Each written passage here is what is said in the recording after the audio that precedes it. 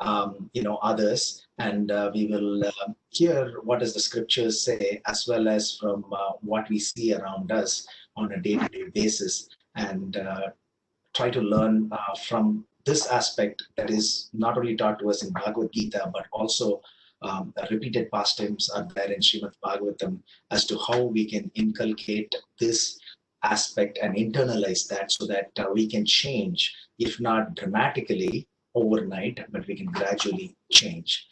For that, we'll get the blessings from Krishna and all the wonderful acharyas in our Brahma Mata Gaudiya Vaishnava Sampradaya.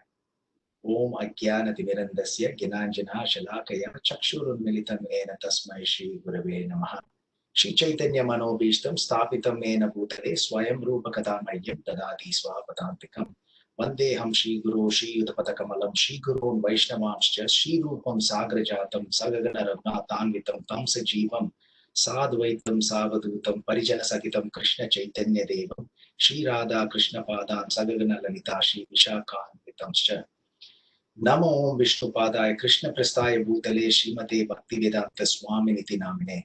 Namaste Saraswati Devi Gauravani Pracharine Nirvishesha Sunyavadi Paschata Dasatarine.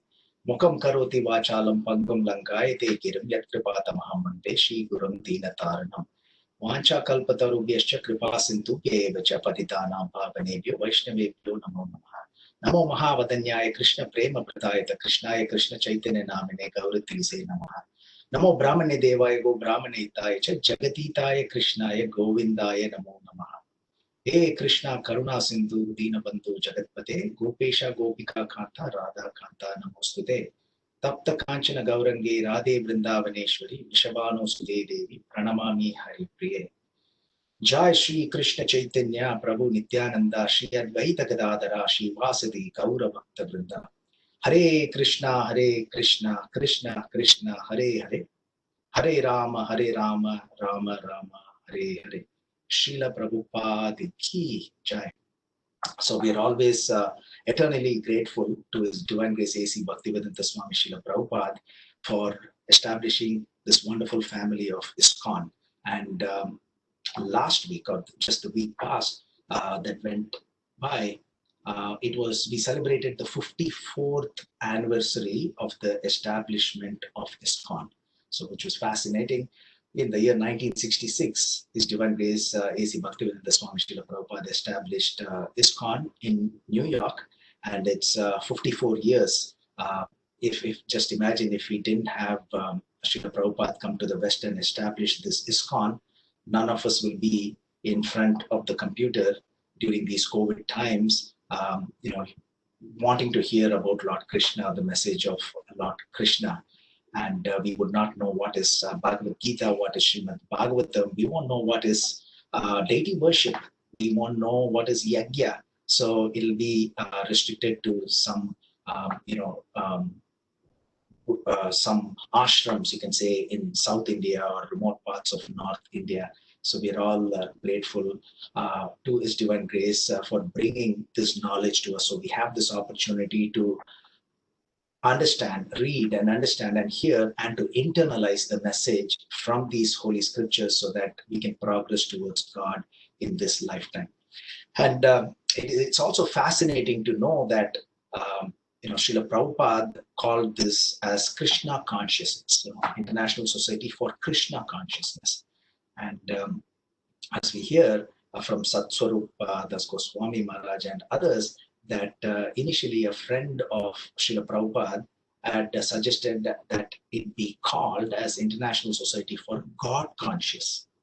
So not Krishna conscious, to make it very general, as God conscious. But Srila Prabhupada absolutely said, no, that's not an option at all. It will be called as Krishna consciousness.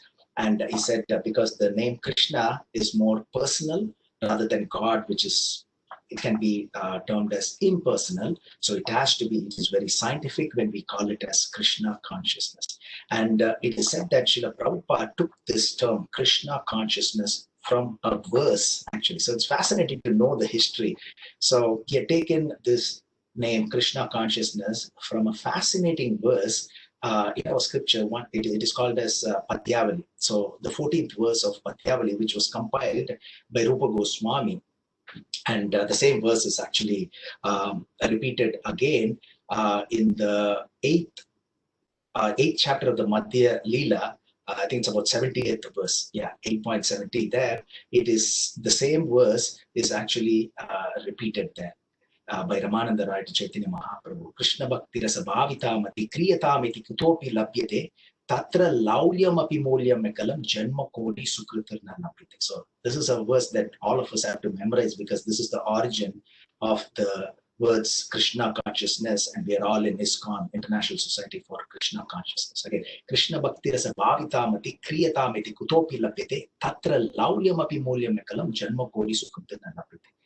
Laulyam means greed. So here it is said, pure devotional service in Krishna consciousness cannot be had even if we perform pious activities over thousands and thousands of lifetimes, but it can be had only by intense greed to obtain that. If you can buy it, it is said, if you can buy it from anywhere, purchase it. So here, what it means as greed is this intense desire to serve. It's not that greed in the sense of arguing with another devotee and say, oh no, you're giving class but I want to give a class, or you're doing kirtana. That's not the meaning here. So intense greed is without any externals. It's the direct link between Krishna and us. So we want to really understand one particular pastimes of Lord Krishna intensely, so we have this intense greed. So that is what it says, pure devotional service can be had by this intense greed, not by pious activities performed in many thousands of years. So it's fascinating to know that the term Krishna consciousness and our ISKCON's name, International Society for Krishna Consciousness, is coming from this. The root of that is this particular verse, Padyavali 14, as well as from Chaitanya Charitamrita Madhya Leela 8.70. And the foundation of Krishna consciousness, of course, is chanting of the Hare Krishna Mahamantra. Hare Krishna, Krishna Krishna, Hare Hare, Hare Rama, Rama Rama, Hare Hare. So it's always good to go back to the basics to know the meaning of what is this Hare Krishna Mahamantra. And Hare is the vocative form of Mother Hara, the internal energy of the Lord, the feminine aspect of Lord Hari. Hari means one who takes away. What does he take away? Our miseries and misfortune and bad luck. That's what Hari takes away. So Hare is the vocative form of Hara. So in a way, the internal energy of the Lord is not different from Lord Krishna. So it is definitely the name of Lord Krishna as well. Hare, which is Srimati Radharani. And then Krishna is all attractive, and Rama is reservoir of all pleasure. And Srila Prabhupada explains that when we say Rama, it can include all three Ramas, Lord Ramachandra, Parshuram, as well as Balaram. So we are asking for service. Please engage me in your service. And it's so powerful and so potent that there are 16 names in one Hare Krishna Mahamantra. And when we chant one round, the devotees were wonderfully chanting Hare Krishna Mahamantra when I joined. So when we chant one round of Hare Krishna Mahamantra, we are chanting 1,728 names of Lord Krishna. So in a way, which mantra will help us chant holy names, like 1,728 names of the Lord in less than 10 minutes. Right? It's because it's 16 names multiplied by 108 beads that we have. And for initiated devotees, 16 rounds, that means 16 multiplied by 108 multiplied by 16 rounds, that comes to 27,648 names of the Lord in less than 1.5 hours. So we have this great formula that is given to us, and it is up to us to chant this mantra with intense greed, as well as this verse teaches us, Krishna Bhakti Rasa Bhavitamati. So, we were grateful to ISKCON founder Acharya A.C. Bhaktivedanta Swami for that. So today's topic that we have chosen is, don't judge the book by its cover. Because in general, the human nature is we judge by the externals very quickly. And you would have heard this term, a pretty face does not mean a pretty heart. And sometimes even a salt can look like a sugar, and even a jackfruit. For those of you who remember how a jackfruit looks like, it looks very big and it looks very scary, but inside it's so sweet and so soft. So we can't judge anything by its look. And it is said, do not believe what you hear and believe only 50% of what you see. And also it is said that, beware of half truth. You've heard about half truth, because you may end up with the wrong half, which is not the truth, and we may judge somebody based on that. So it's very important that we don't jump into conclusions based on outward appearances, because it can be deceptive. And we generally categorize things or human beings as good, bad, he's a great person, even a great devotee, or he's not a great devotee, etc. And sometimes the offense can be more when we actually verbalize it, right? So we may tell others based on this half truth, or based on this deception of the appearance. We may even talk about this person bad to other people as well. And we learn from the 11th canto of Srimad Bhagavatam, where there was an avaduta. Avaduta means one who's divorced the material world, and he's extremely happy. He's got nothing, but he's extremely happy.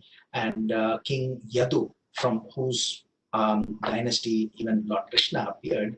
So Yadu, who has everything, he's the king of the entire world, and he's got everything, wealth, fame, everything. And he says, I have everything, but I'm not happy. But you seem to be like a beggar, and you seem to have all the happiness. Tell me the secret. And he goes on to say that he's got, learned from 24 gurus. But for today's topic, what is important is he learned how to control the tongue after seeing one of the guru, after learning from one of the gurus, and that is fish. Because fish is actually looking at the outward appearance of this beautiful, juicy bait, but it does not see the sharp hook which is underneath that. And what this avaduta learned is to control the tongue, not only what we eat, which is Krishna Prasad, but also he learned not to talk bad things about others as well. So here, when we make a judgment, which is, we jump to conclusions based on false appearance or based on initial appearance, we may even, get into problems because of what we speak about others as well. And this is a natural tendency. Unfortunately, it's a natural tendency of human beings, especially in this Kali Yuga. And how do we know that? So there's a, if you get a chance, if you've not read it, most of you would have read it, the 4th chapter of the 12th canto of Srimad Bhagavatam. So here it explains, I'm just going to just paraphrase verses 4 to 6. Okay, 12.4, you can say verse number 4 to 6, especially 4 and 6. Right? So it is said that one's spiritual position is determined by the external symbols. Okay? So you can think of examples, right? This is from Srimad Bhagavatam 12th canto 4th chapter. One's spiritual position is determined by external symbols. So we may, different personalities may judge based on, okay, somebody's got a shika, so he should be great. Somebody's wearing a dhoti like this, or a sari like this, so they should be great. Or somebody is not so great. So this is in Srimad Bhagavatam. One's spiritual position is determined by external symbols. So he's got a tilak that is beautiful, that means he should be so we always go by that. And it is also said that one's beauty is also determined by external appearance, so that there is inner beauty which is more important, but in Kali Yuga is the external beauty that is being judged. So based on this topic that we have chosen, don't judge the book by its cover, we'll try to see whether there is any instruction in Bhagavad Gita that Lord Krishna teaches us. But before that, we all know as devotees that Bhagavad Gita was spoken in a short period of time in the battlefield of Kurukshetra. So some say it's 45 minutes, some say it's 1.5 hours. Let's say it's 45 minutes. So in this 45 minutes or 1.5 hours, it's pretty much the most important aspects are given there to Arjuna, and through Arjuna to all of us. You can say it is like a formula or headlines, critical headlines that are given. The details are not there in Bhagavad Gita because it's the verses, which is the headlines, and the formula, most important formulas are there. But for us to actually understand more about the contents of Bhagavad Gita, we need to go to Srimad Bhagavatam and Chaitanya Charitamrita for that matter. So when we go to Srimad Bhagavatam and Chaitanya Charitamrita, the practical aspects of implementing or devotees who have implemented the instructions of Bhagavad Gita is what we have in Srimad Bhagavatam especially. So there, for example, whatever is stated in Bhagavad Gita is not what we already know. It's not obvious. It's not the default for all the human beings. It's what needs to be cultivated. Because in that short period of time, Lord Krishna does not say, eat with your mouth, hear with your ears. No, he does not say that. It's few layers beneath that where he's explaining about, example 3.13, so here Lord Krishna says, do not cook and eat for yourself. I'm paraphrasing, but if you cook and eat for yourself, you verily eat sin. But if you offer it to me and then eat, then your sins are eradicated. See, it's few layers beneath the obvious, right? And Lord Krishna explains in the 18th chapter, most famous verse, Sarva Dharman, 18.66, abandon all varieties of religion and surrender unto me. So here again, how do we know how to surrender? Right? So going back to the 3.13 verse that we just talked about, so Krishna goes beneath the obvious, few layers beneath the obvious, and we read from the Govardhan Leela how Lord Krishna is teaching Nanda Maharaj and others what to offer.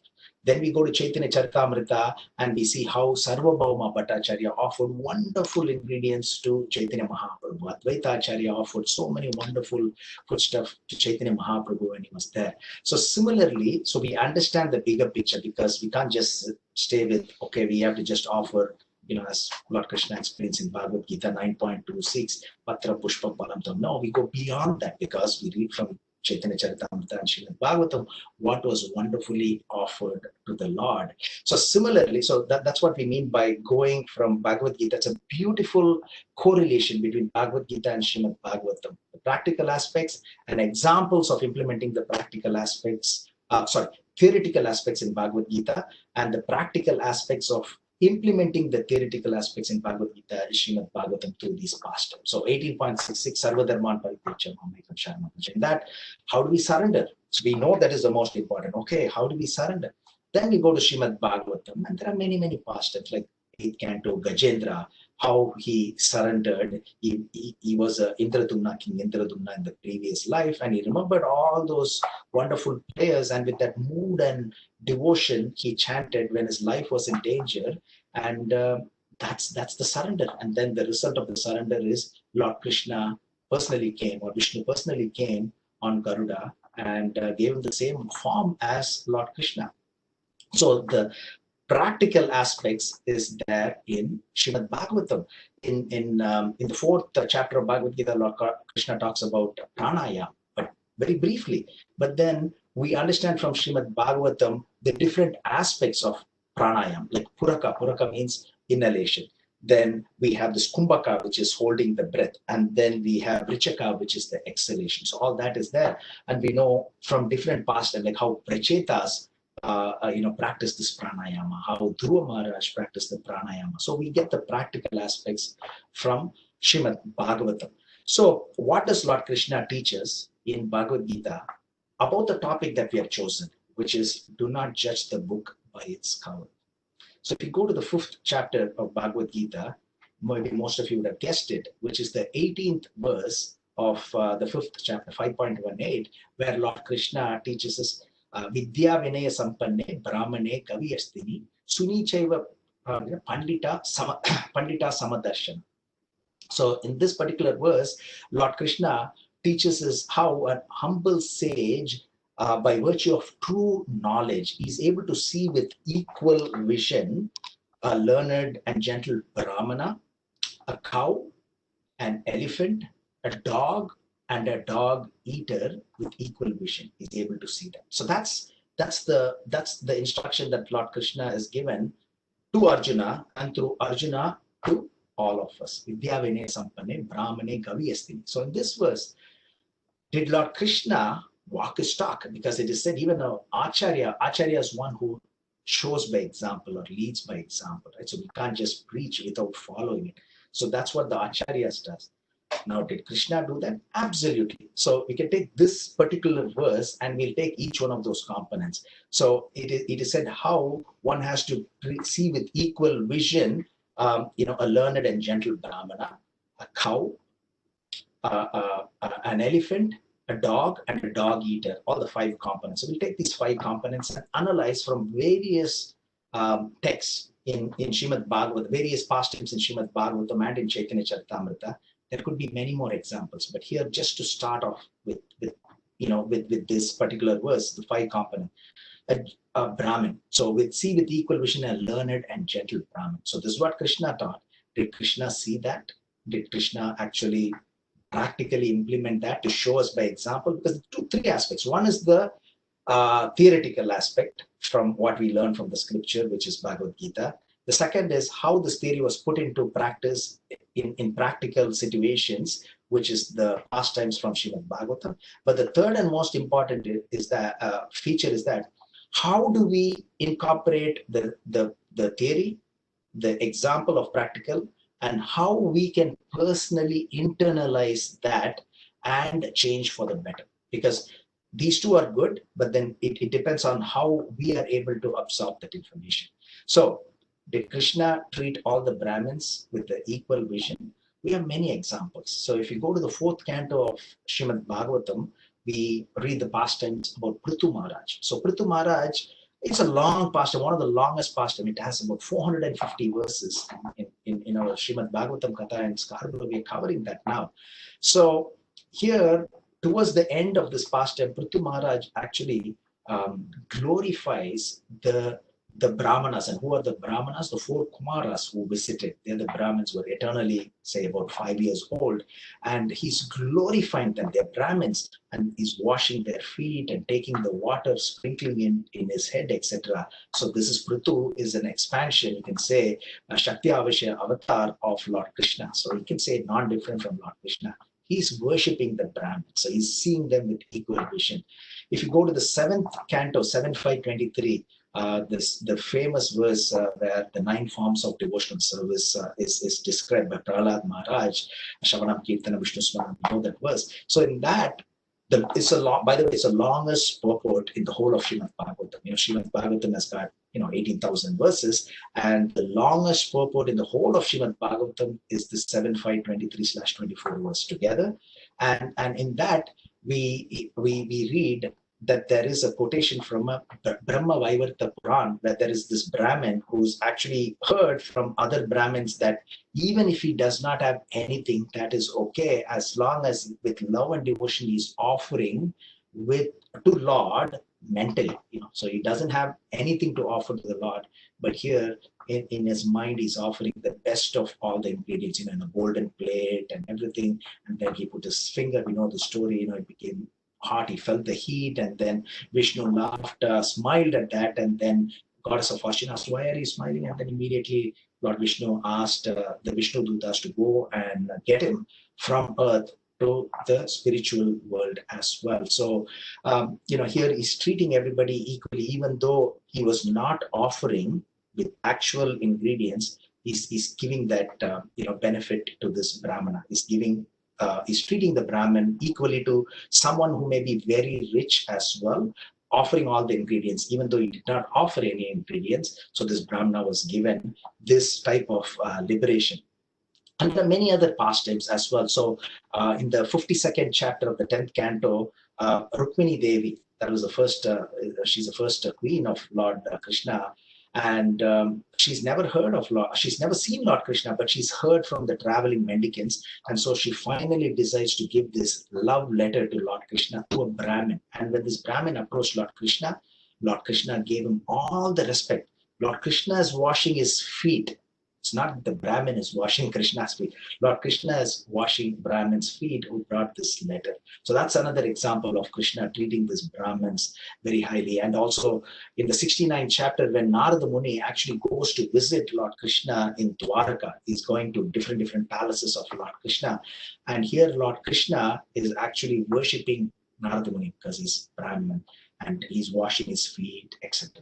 And one more example we can think of is the 80th chapter of the 10th canto when Sudama Vipra goes. Sudama Vipra was the friend of Lord Krishna who was a student, classmate of Lord Krishna when they learned together with Sandipani from Sandipani Muni. So, I mean, it's a long past and all of us know. So he goes and he's worshipped by Lord Krishna. Lord Krishna is washing his feet, doing arati.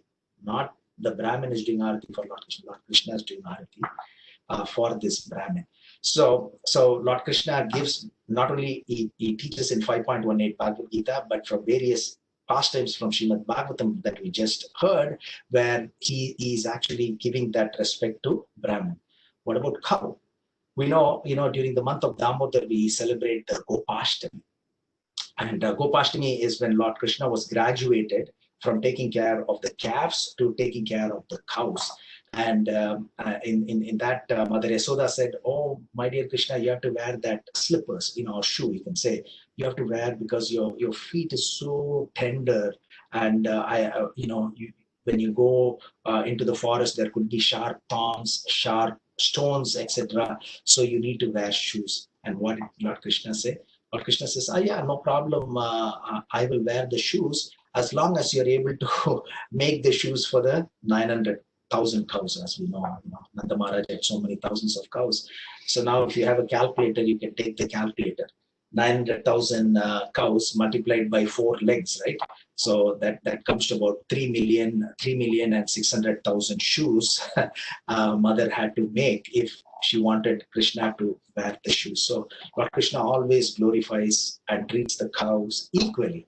So we had some examples of the practical implementation by Lord Krishna through the pastimes for Brahmins, for cows, for elephant. We just heard about the deliverance of this Gajendra, the elephant. He did not say, who cares about this one elephant? There are so many thousands of elephants and human beings. I'm God, I'm so busy. No, he didn't say that. He treated the elephant with the same respect as he treated the Brahmana. He came all the way from the spiritual world to save Gajendra, the elephant. But again, there could be other aspects, not just Garuda, not just this elephant, but also we have Gajendra the elephant, but we also have Kuvalapidya, so which is in the just when Lord Krishna went from Vrindavan to Mathura, at that time Kamsa had set up this elephant Kuvalayapida to kill Lord Krishna. So at that time Lord Krishna knew that this elephant need to be killed, but Krishna treated this Gajendra, where he came all the way and he gave him the same form as Lord Krishna. So that's an example of Krishna treating even an elephant with equal vision. And what about dog? So we haven't heard anything from Chaitanya Charitamrita. So treating this dog equally, so we have to go to Chaitanya Charitamrita, Antelila, first chapter. And I'm giving some reference so that you can read that and imbibe that in a much more better way, because a lot of information is there. In the short period of time, we will cover only as much as we can. But here, if you go to Chaitanya Charitamrita, Antelila, chapter 1, is a beautiful pastime of how the devotees, all of them, went to see Chaitanya Mahaprabhu every year in Jagannath Puri. And there is this pastime of this beautiful dog. Actually, I don't think so. It's a beautiful dog. It's a dog. Beautiful pastime of this dog going with the devotees. Sivananda Sen is one of those devotees who used to pay so much money for everybody to travel from all over to Jagannath Puri. And in fact, he had actually paid for this passage of this dog on a boat as well, because it's a stray dog.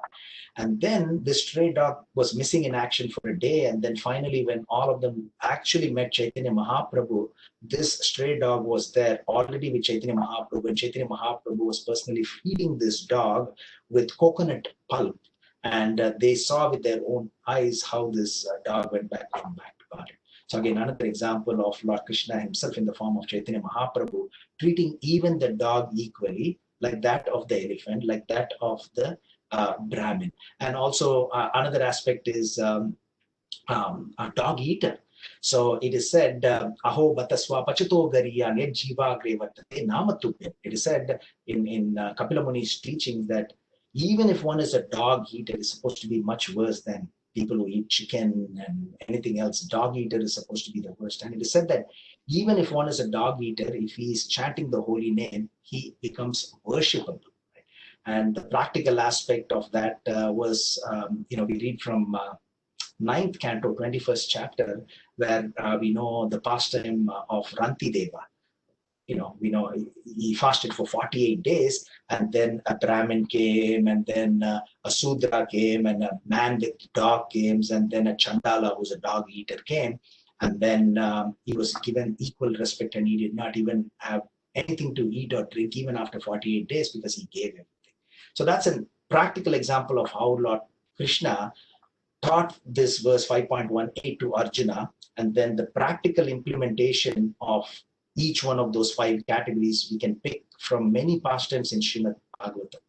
So again, coming back to judging, not to judge the book by its cover.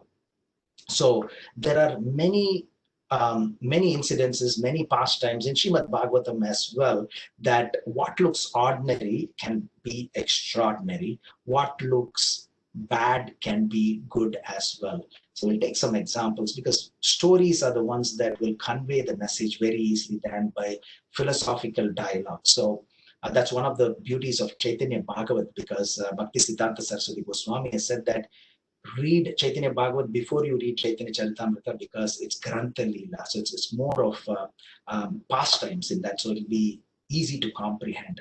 So here, we can take some examples. There is this story of a husband and wife having a mongoose as a pet. It's very strange, like how can you have a mongoose as a pet? But they had it, and this mongoose was very good, and they had a very good relationship. They liked this mongoose a lot. Then eventually the mother, the wife gave birth to a baby, and they were worried, oh, mongoose is in the house and there's a baby in the house. And as the baby was growing up, few months old, all of them were together and they were monitoring this mongoose, and the mongoose was very protective of this child. So everything was good. One day the husband went to work, and the wife closed the door and just went to buy some vegetables, because they bring vegetables in a trolley outside the house. And she went for a few minutes, but her mind was, this is the first time I'm leaving this mongoose with my 4-month-old baby. Hopefully, okay, always thinking. And then, in a few minutes time, she returned. She opened the door and she saw the mongoose with blood, all over its face. From the mouth especially, blood is oozing out. So immediately this lady took this big iron rod that is used to smash the rice, to separate the rice from the husk. So she took that and she whacked this mongoose to death, because immediately as soon as she saw the mongoose with blood in the mouth, what she thought was that the mongoose had actually killed the child in that small gap when nobody was there.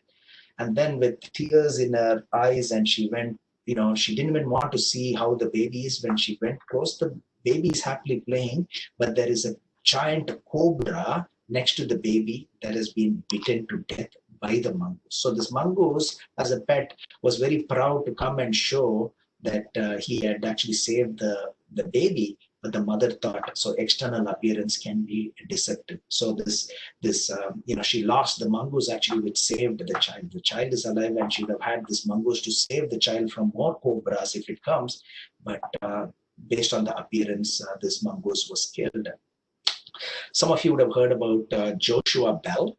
Joshua Bell is one of the greatest violin players. He's greatest violin players, and people pay hundreds of dollars to go to his concert, Joshua Bell.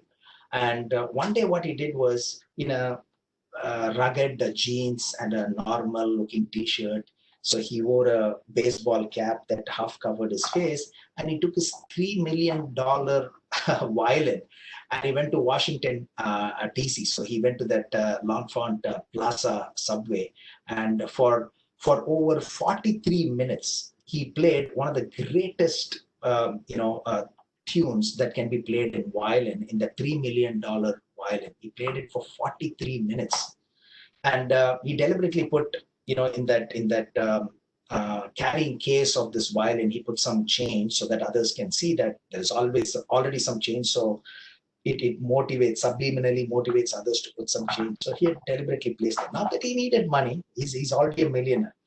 But and people, as I said, people pay millions or hundreds of dollars, sorry, to go and see his concert. So he put some change in this, case that carries this $3 million violin, and he played for 43 minutes, one of the greatest, compositions that can be played in a violin.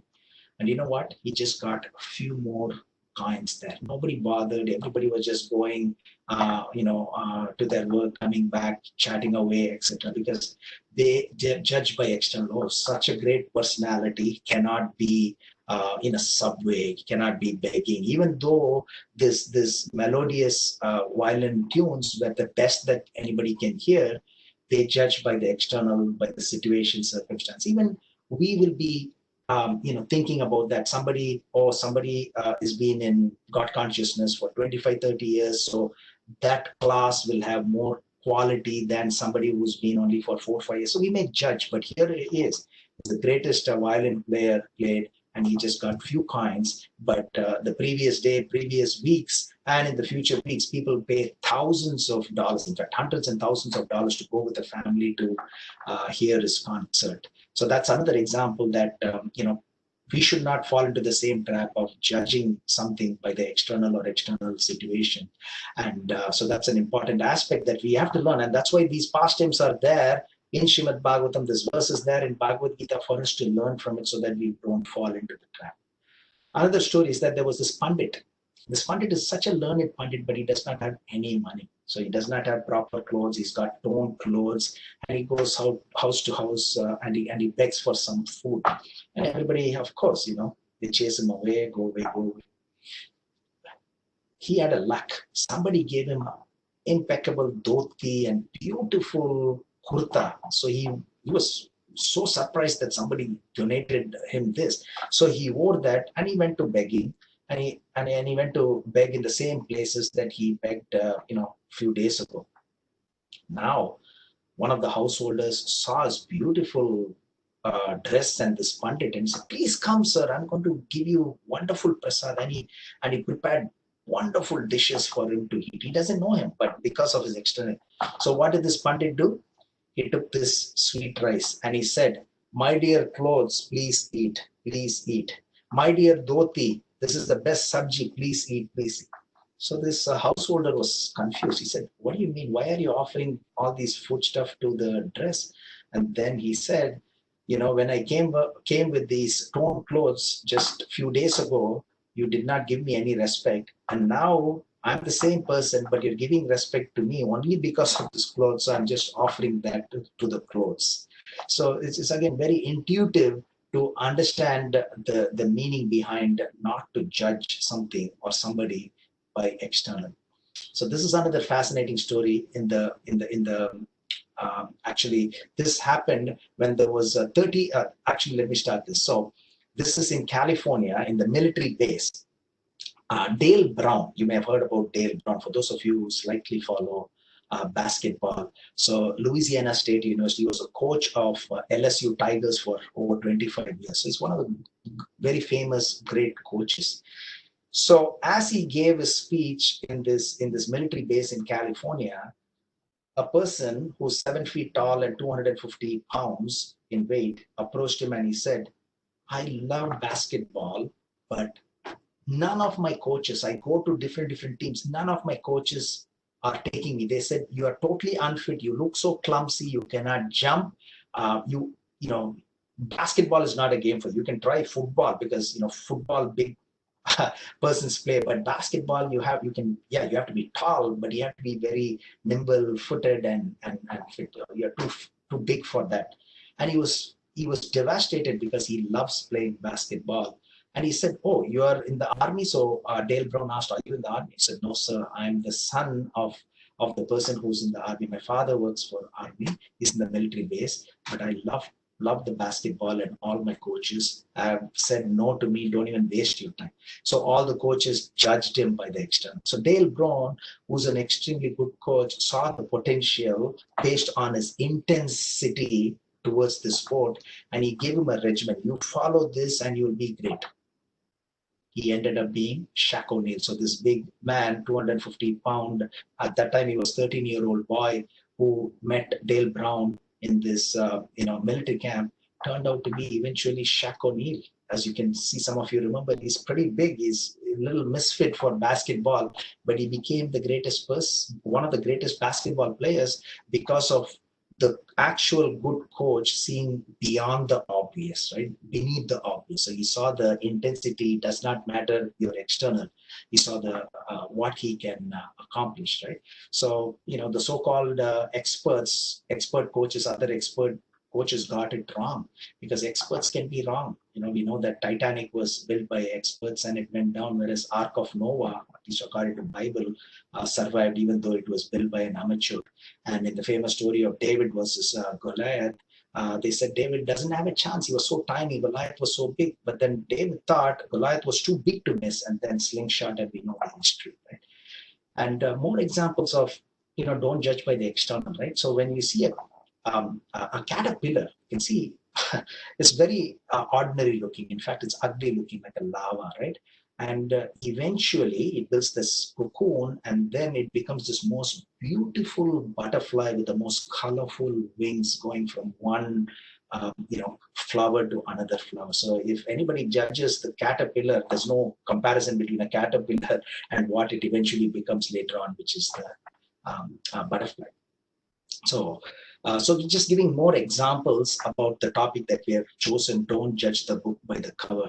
So this is another general, incident that had happened with regard to, there is a husband and wife, and this husband and wife in USA, they decided to go from Boston to Cambridge. Now, for those of you who have been to Boston, Cambridge is where this Harvard University is there, the world famous Harvard University. So Boston is here to the north, or to the northwest is this Cambridge, where this Harvard University is there. So this husband and wife, very ordinarily dressed, doesn't look anything, they don't look anything different, special, stand out, nothing. So they decided to just go and meet the president of Harvard University. So they go, take the train. It takes only about 12 minutes to go from Boston to Cambridge, right? So they went there, they got off the train, went to Harvard University, went to the secretary of this president of Harvard University and said, we would like to see the president. This secretary looked at them up and down, nothing, attractive in that, very ordinarily dressed people. She said, do you have an appointment? They said, no, we don't have an appointment. Okay, please sit down. I'll see whether, I can send you in, or whether he's got time. I don't think so he's got time. Let me try. So they waited for hours, hoping, the secretary was hoping that in frustration, this husband and wife will go. They didn't go. They just stayed put there. So finally, this secretary decided to go to the president of Harvard University and said, these people, I thought they'll go away, but they're not going away. It's better you just come and talk to them outside and then just get rid of them so they can go. So this president was so busy. Okay, let me come out. And he said, yeah, what can I do for you? So at that time, the husband and wife said, our son studied in Harvard for 1 year, and in a tragic circumstance, he died. So we want to erect a memorial for him. So immediately this president said, what do you think if we erect a statue for everybody who's a student of Harvard when they eventually die, and everybody's going to die, then Harvard University will become just a cemetery. So we can't we can't do anything about it.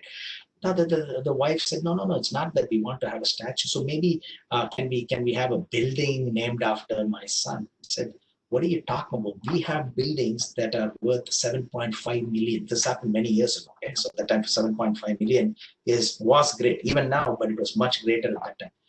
So this wife turned to the husband and said, it takes only 7.5 million to start a university. And then she said, let's start a university by ourselves. And that was the start of the Stanford University in California, because they are Leyland Stanford. So the secretary and the president of Harvard University said it's documented. You can check it and read it in Google as well. So they thought they were ordinary people. They were multimillionaires, and eventually they started the Stanford University, whereas Harvard University could have benefited from them. So there are many, many examples that we can think of. We have a few more minutes, 15 more minutes or so.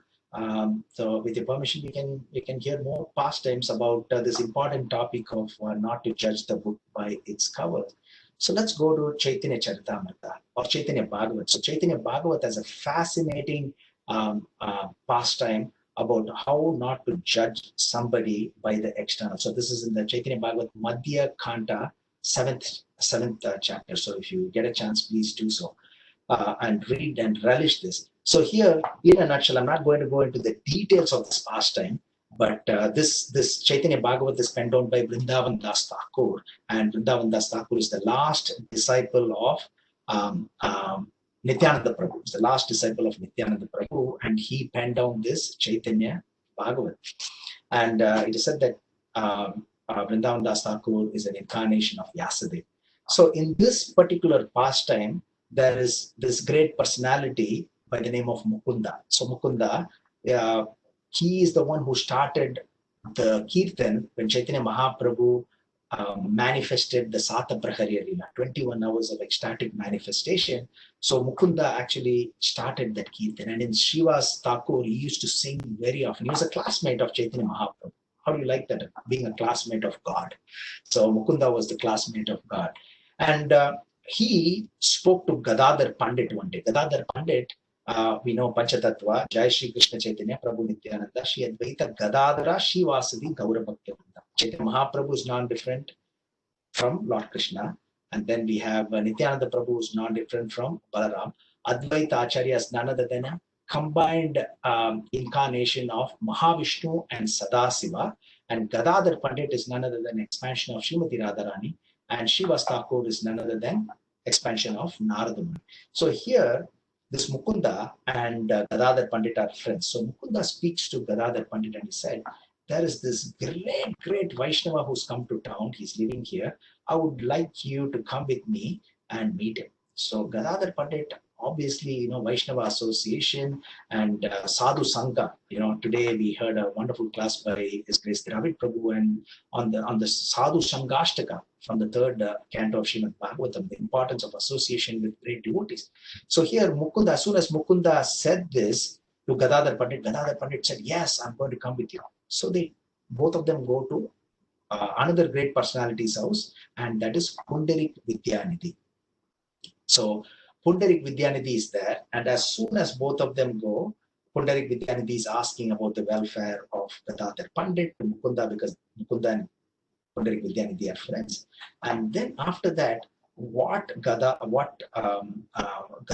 Pandit is actually seeing is this Pundarik Vidyanidhi who looks too opulent here. So it is said in the Chaitanya Bhagavat how he was surrounded, or what he was surrounded with.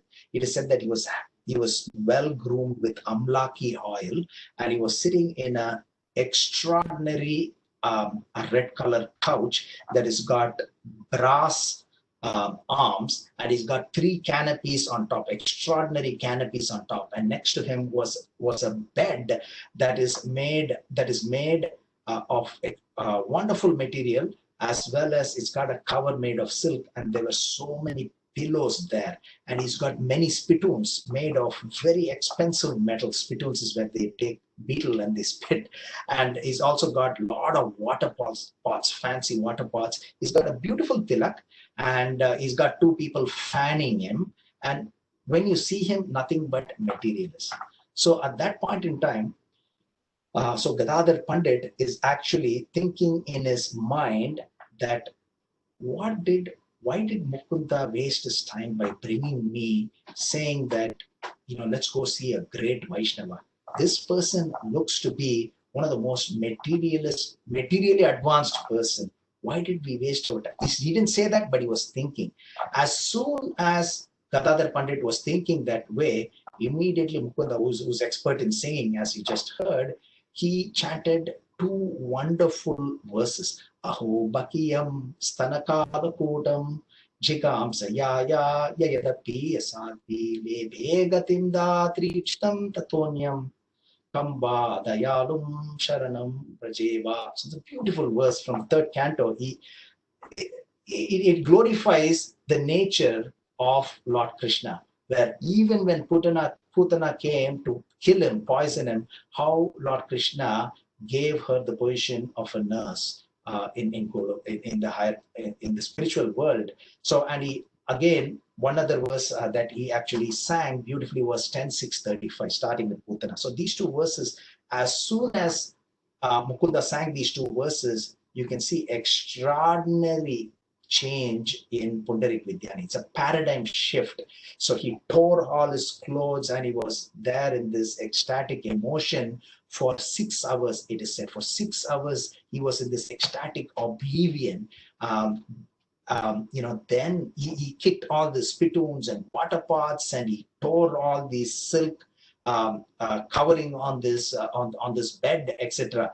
And he fell down from so far high where he was sitting on this sort of red color cushioned throne. He fell down and they thought he broke all his bones. So 6 hours he was in this ecstatic oblivion.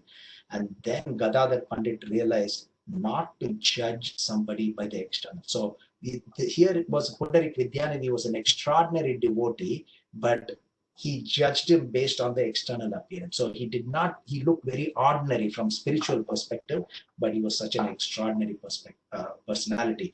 And he knew the mistake that he made, and eventually he got initiation from Pundarik Vidyanidhi. Gadadhar Pandit, even though it's an expansion of Srimati Radharani, got initiation from Pundarik Vidyanidhi. So this is a great lesson for all of us, not to judge the book by its cover.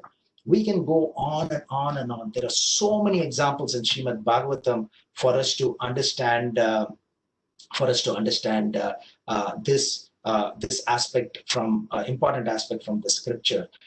We can take more examples. We can in the fourth canto of Srimad Bhagavatam, Lord Shiva. Remember, Lord Shiva, his father-in-law was Daksha. Sati's father was Daksha, and he said, "Oh, Shiva, only your name." Shiva means auspicious, by the way. Only your name is auspicious. Everything else is inauspicious about you. You are staying in a crematorium and you're putting all the ashes everywhere. So he did that based on his appearance. But we know what's the pastime in the fourth canto. Eventually, Daksha's head was cut off by Veerabhadra, and then when Lord Brahma came and pleaded with Lord Shiva, then a goat head was attached. So again, judging somebody by external. So Daksha judged Lord Shiva by his external appearance. And fifth canto, we read about Rishabdev. Rishabdev is an expansion of Lord Krishna, and how he was wandering everywhere with almost no clothes and like a madman, and everybody was spitting on him, etc. Because people judge by the external. And also Jada Bharat. Jada Bharat is Bharat's, Bharat became a deer, and then he became Jada Bharat.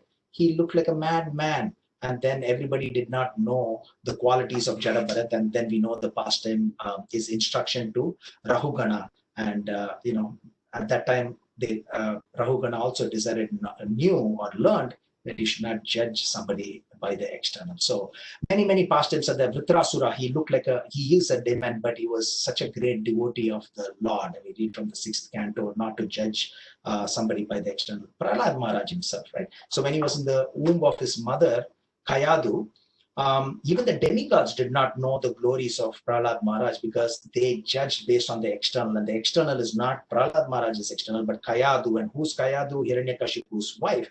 And then Narada Muni came and instructed, and then Prahlad Maharaj became, manifested to the entire world, as we read from the 7th canto of Srimad Bhagavatam. So there are unlimited pastimes of how not to judge somebody or something by the external. On the flip side, so far all these examples, what we saw was not to judge something that looks ordinary, because that can be extraordinary. But on the flip side, what looks good can also become bad. We may judge something to be, oh, this is great, best, etc. It may not turn out to be that. And we know that from our own life individually. If you remember, we've gone through that many times. I remember this pastime. This is not a pastime, it's a story. It's a real story, how the Eskimos kill the wolf. So what they do is, it's not great hearing for devotees, but it's a reality. Sometimes we have to understand how things work in some areas so that we can learn from it too. So it's a very sharp knife that they have, probably about a foot long, and it's got the most sharpest edges on both sides. So how the Eskimos kill the wolf that is coming to trouble them is that they put animal blood on top of it. They pour a lot of animal blood on top of that, and they leave it out to be frozen, because Eskimos, they are in the cold place, it freezes. And then what they do is they bring it back again, pour another layer of blood. So that this it gets thicker and thicker. It's like a popsicle. It becomes like a popsicle. And then they plant it on the ground with the handle down, with a sharp point facing up on both sides. So this wolf comes, what looks good for the wolf, so starts licking it little by little. And then even though the tongue of this wolf gets cut, he likes the taste, and then by the morning, the wolf is dead. So what may look good, turns out not to be looking good. And also, scripturally speaking, from the 4th canto of Srimad Bhagavatam, especially the 9th chapter, if I remember 4.9, yes, that's when we have, this great looking sannyasi, okay, the greatest looking sannyasi. And what does he do? He steals the horse that is meant for the horse sacrifice, which is Aswamedha Yajna. Prithu Maharaj is trying to do the 100th sacrifice, right? 100th sacrifice for the welfare of humanity. And who's this greatest looking sannyasi? You can read that from Srimad Bhagavatam. It's Indra. He comes disguised as this mendicant, and his aim is to stop this 100th sacrifice, because the universal record is held, not world record, universal record is held by Indra, and it's going to be equaled and maybe overtaken by Prithu Maharaj, who's Lord Krishna himself. And he comes in the guise of the sannyasi. So again, externals can be deceptive. That's the story that we understand. 3 times he tries to steal this horse of Prithu Maharaj. And also another example, or many examples, like I'm going to stop with this, many examples in the 10th canto. 10th canto, all these, many demons that came, they all look so good in many cases, but, looks can be deceptive. Putana, she looked like goddess of fortune, and she ended up being a demoness that was killed, and she stretched 12 miles long, it says in Srimad Bhagavatam. Agasura, Bagasura, all these cowherd boys were fascinated by this, and they almost got killed, or some of them got killed, and Krishna brought them back to life. So it's very important that we understand this, so it doesn't come naturally to us. We will judge the book by the cover, and that's what Srimad Bhagavatam also says, that generally we judge things by what we look at. And especially in the 12.4 that we read, that somebody's proclivity, appearance can be deceptive. And in the 12th canto, it says how we judge somebody's spiritual proclivity by their external appearance as well. And that's why Krishna teaches this verse in Bhagavad Gita 5.18, Vidya Vinaya Sampanne Brahmane Gaviyastini Suni Chaiva Swapakecha Pandita Samadarshina. And in a nutshell, in the summary, so we learn to have the eyes of mercy and not eyes of judgment. And also, we treat everybody equal, means default is treat everybody with respect and importance. And again, we have to hear this again and again, because it'll go back to where we were before. Because until we change our thinking, we will always recycle our experience. So remember this, until we change our thinking, we will always recycle our past experience. So we stay equipoised and don't get carried away or put down anybody. So that's what we wanted to cover under the topic of do not judge by its cover. So we are at the top of the hour. So I would like to open it up for any comments or suggestions or questions that some devotees may have. And if you would like to share anything that you have experienced in your life by you judging the book by the cover and learning from it, we would be happy to hear that. And I think we have about 5 minutes or 10 minutes to share this. Hare Krishna. Thank you, Prabhuji. Hare Krishna. So, Hare Krishna. I see Pitambar Prabhu put some questions in chat. Pitambar Prabhu, you can unmute and then maybe ask question yourself.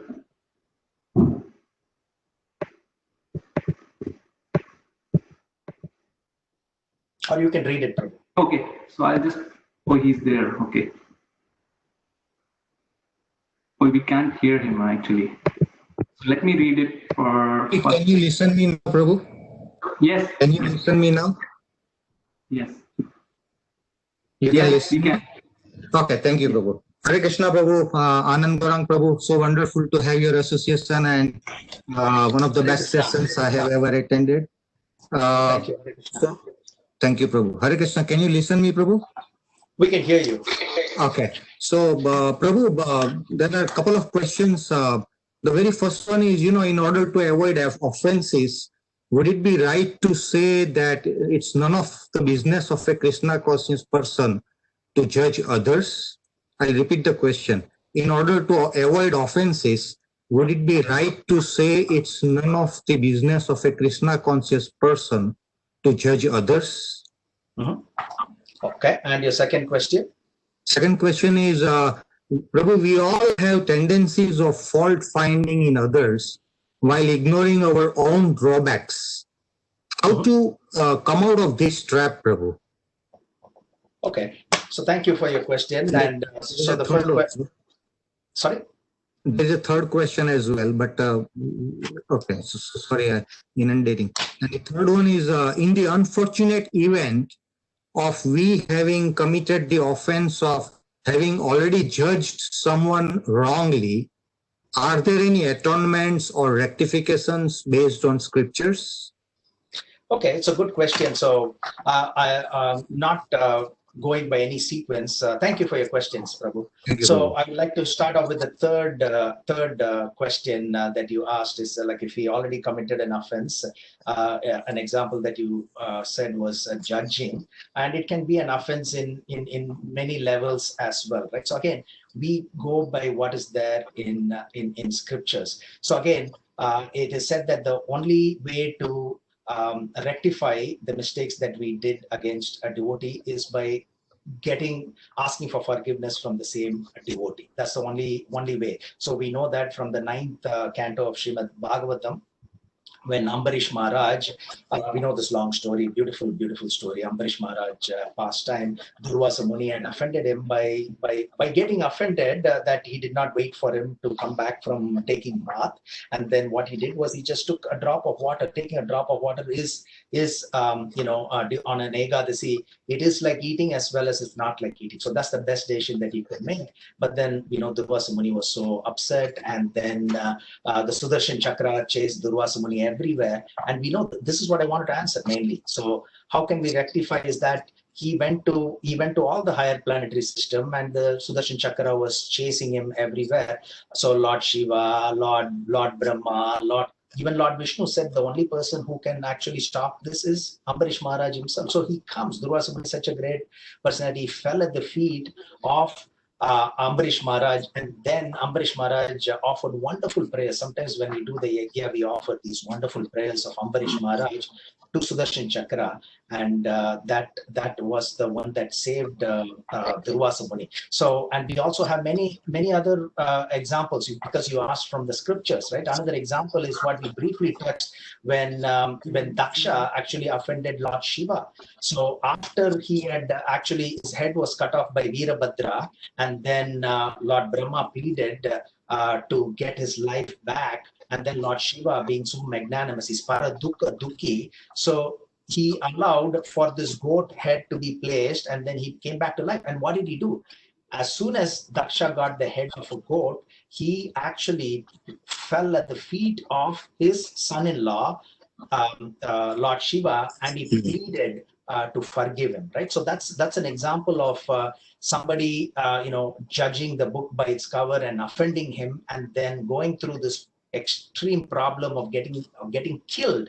And eventually Daksha again was born as Daksha too, later on to Prachetas. All the Prachetas married the moon god's son, and then a moon god's daughter, sorry, and then he came as Daksha too. So that answers, hopefully that gives a glimpse of how to rectify the offense based on the scriptures, right? And I think judging others, right? So again, there is a difference between judging others and and also to know what is right, what is wrong, right? So judging others in the sense, one is, we don't have to judge the devotees based on their looks, whether they have shikha or not shikha. So if they have shikha, they are great, etc., etc. That's our natural tendency for us to judge. But at the same time, we need to know what is right and what is wrong, not just from the perspective of judging a devotee, but also from a non-devotee, right? So we can't treat everybody same as well, because you can have somebody with an ulterior motive. I'm not talking in terms of a devotee, but you need to know, we can't treat somebody who's got a shady past as the same as some who's got that. We have intelligence. Krishna has given us intelligence, right? So that's a subtle difference between judging a personality versus knowing how to deal with different personalities.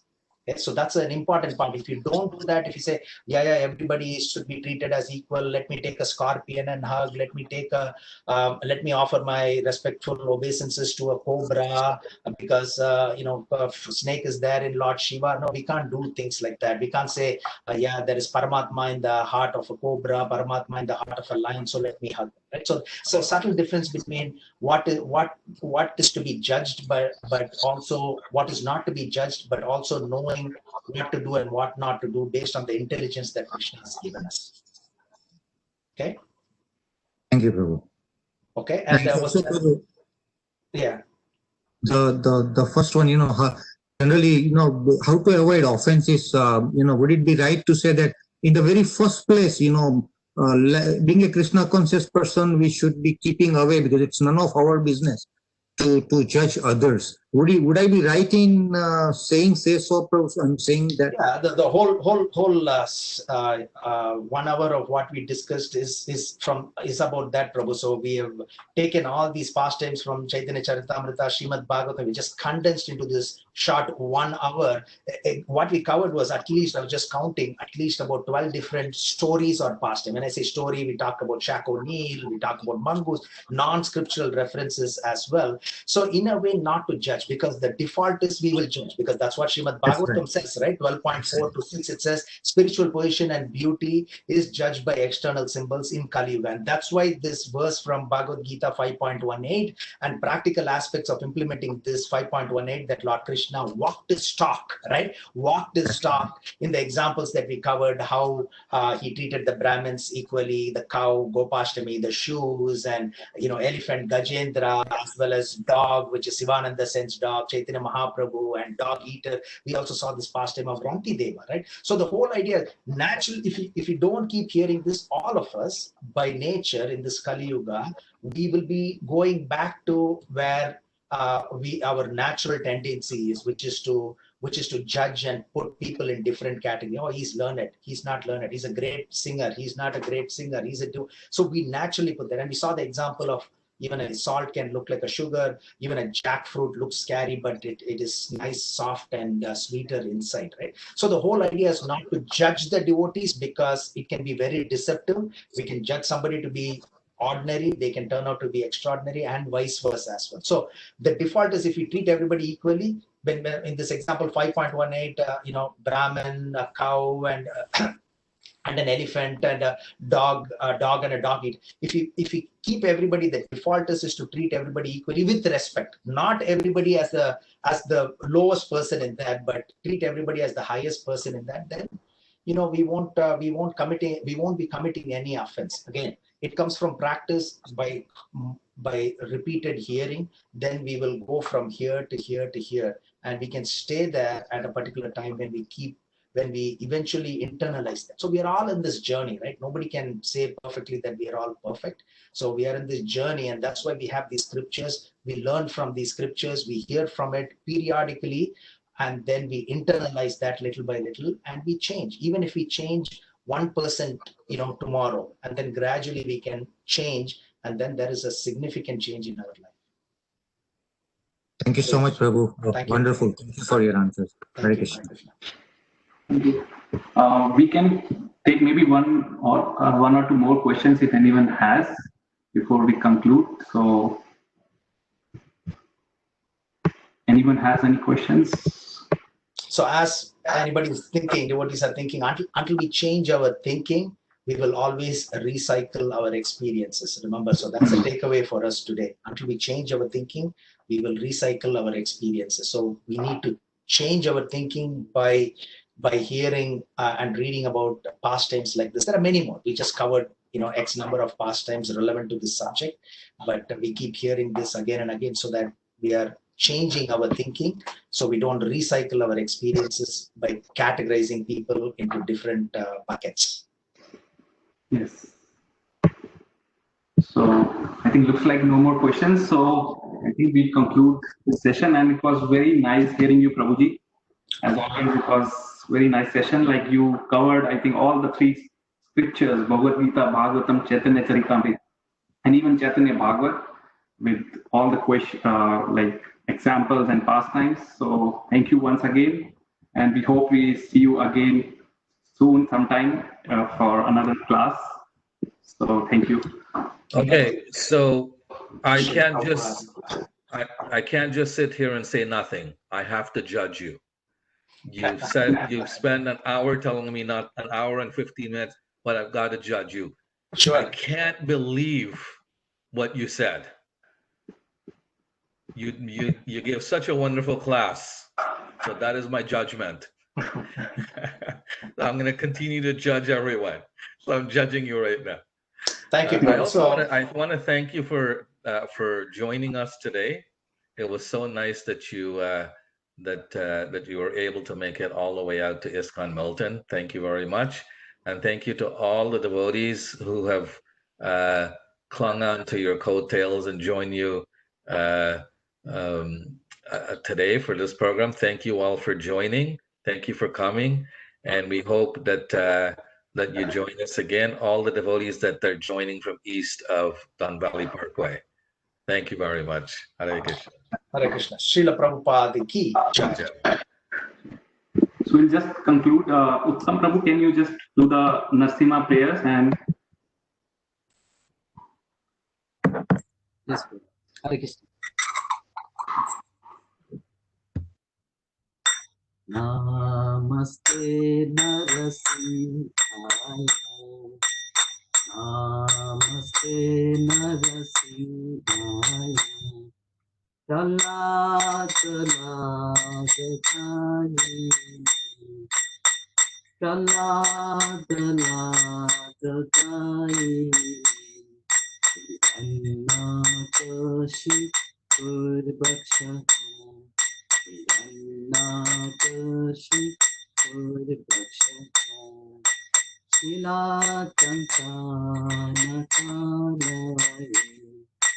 Shila Tantana Kalaye.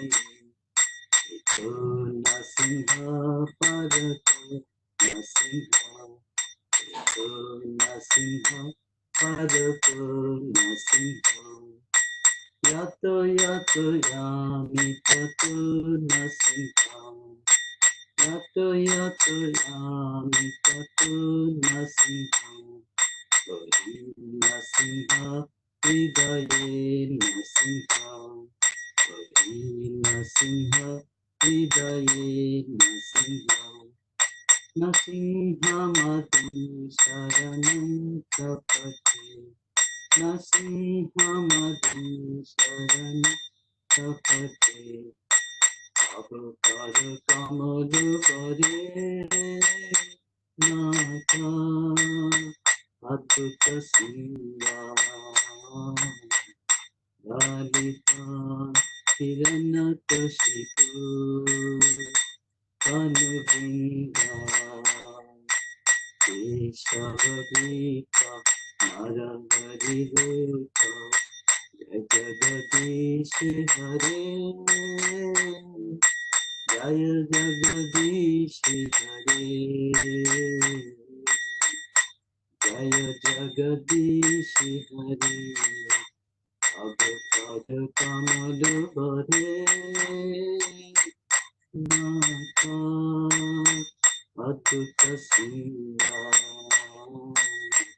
Lalita Hiranakashipu Anudinda Keshavadita Narahari Rupa Jagadish Hare Jaya Jagadish Hare Jai Jagdish Hare Hare Krishna